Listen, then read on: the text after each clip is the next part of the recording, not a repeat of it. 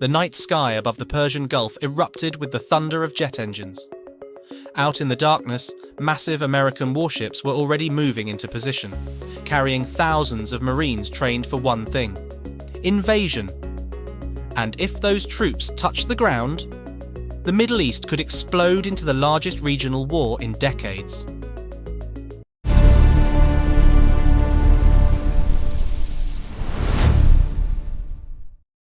For weeks, the conflict between the United States and Iran had raged almost entirely from the sky. Stealth bombers crossed continents in near silence.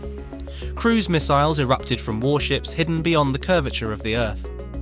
Drones hovered high above the desert, watching every road, every radar station, every military base. In the opening phase, American and Allied forces struck more than 1,000 Iranian military targets. Air defences, command centres, missile silos, naval bases, like a thunderstorm of modern warfare. At first, it seemed unstoppable. But war rarely follows the script you write, because despite the explosions, the Iranian government did not collapse. Tehran stood, and the battlefield began to expand. Meanwhile, one of the world's most strategically vital waterways was descending into chaos, the Strait of Hormuz. Nearly a fifth of the world's oil passes through this narrow corridor. Tankers, cargo ships, and naval escorts moved like blood through the artery of the global economy. And suddenly, that artery was under threat. Iranian missile strikes and naval attacks began disrupting traffic through the strait, sending shockwaves through global energy markets. Insurance rates skyrocketed. Gas prices could surge within days. Military commanders realized something terrifying. If the strait remained closed, the consequences would ripple across the entire world. Inside Pentagon, command centers, glowing radar screens tracked dozens of threats: fast attack boats, ballistic missile launches, drone swarms. The air war was escalating. But it wasn't enough, because striking from the sky can only do so much. Controlling territory, that is something else entirely. And that is when the order was reportedly given: deploy the Marines. Across the Pacific, a powerful naval formation began moving west. An amphibious ready group, one of the US military's most flexible and dangerous expeditionary forces. At its centre sailed a massive amphibious assault ship, the USS Tripoli. From a distance, it resembled a small aircraft carrier. But its true purpose was far more ominous: delivering Marines directly into combat. Alongside it sailed additional warships, carrying armoured vehicles, artillery, helicopters, and fighter jets. Together, they formed a floating invasion force. Inside the steel hulls were thousands of Marines, many barely in their 20s, waiting in cramped bunks for orders that could send them straight into the heart of a war zone. Rapid assault, beach landings, urban warfare, boots on the ground. As many as 5,000 Marines and sailors were believed to be part of this deployment, moving silently toward the Middle East. The message was unmistakable. The war might soon leave the sky and reach the land. But the real question haunting military planners was far more unsettling. Was this force meant to deter Iran, or to invade it? Because once ground troops enter a war, the strategic equation shifts. Airstrikes can be limited. Naval battles can remain contained. But land war spreads like wildfire. Cities become battlegrounds.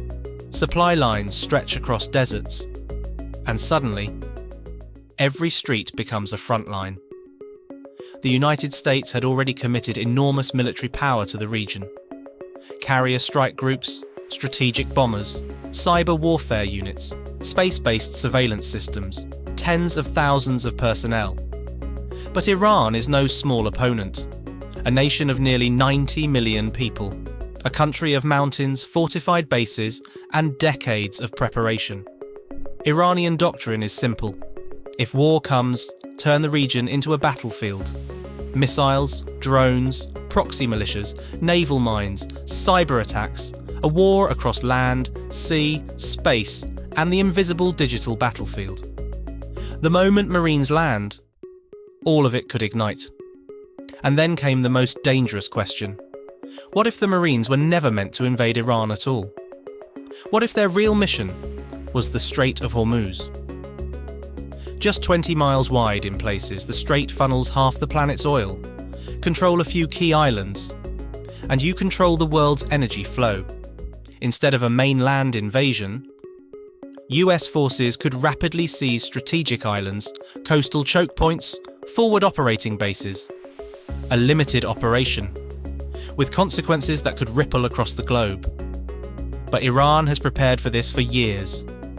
Hidden missile batteries, fast attack boats, drone swarms, naval mines drifting silently beneath the waves.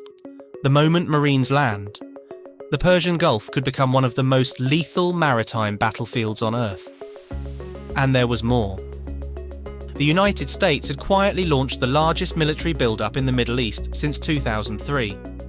Carrier groups patrolled the Arabian Sea. Electronic warfare aircraft jammed enemy radar. Submarines, silent hunters beneath the waves, tracked every Iranian movement. This was no longer a regional skirmish. It was a full-scale military confrontation, with the potential to draw in global powers, Russia, China, regional militias across Iraq, Syria, and Lebanon. Every move now carried the risk of spiralling into a global crisis. And in Washington, pressure was mounting. The air campaign had lasted weeks. Yet Tehran stood. Supporters demanded results, quick, decisive, unforgiving. History whispers warnings from Afghanistan, Iraq, conflicts where superpowers underestimated their opponents. Was Washington stepping onto the same battlefield again? Even now, no one outside the highest levels of command knows what the Marines aboard these ships will be ordered to do. Reinforce bases, rescue downed pilots, seize strategic maritime points, or launch the opening wave of a full-scale invasion that could reshape the Middle East. For now, the ships sail onward, engines rumbling through dark oceans, decks crowded with helicopters, waiting for nightfall. Cargo holds filled with armoured vehicles, and young Marines, hearts pounding, bracing for the unknown. Somewhere ahead lies the Persian Gulf, and beyond it, a region already teetering on the edge of war. The real question remains, was this deployment a defensive manoeuvre, or the first step toward a war the world may not contain? Because history has shown time and again, wars rarely escalate as leaders expect. And sometimes, the moment troops touch the ground, the world crosses a line it cannot return from. What do you think is really happening behind the scenes? Is this a calculated show of force, or the spark of a much larger, uncontrollable conflict? Let me know your thoughts in the comments, because the next development in this story may shock the world.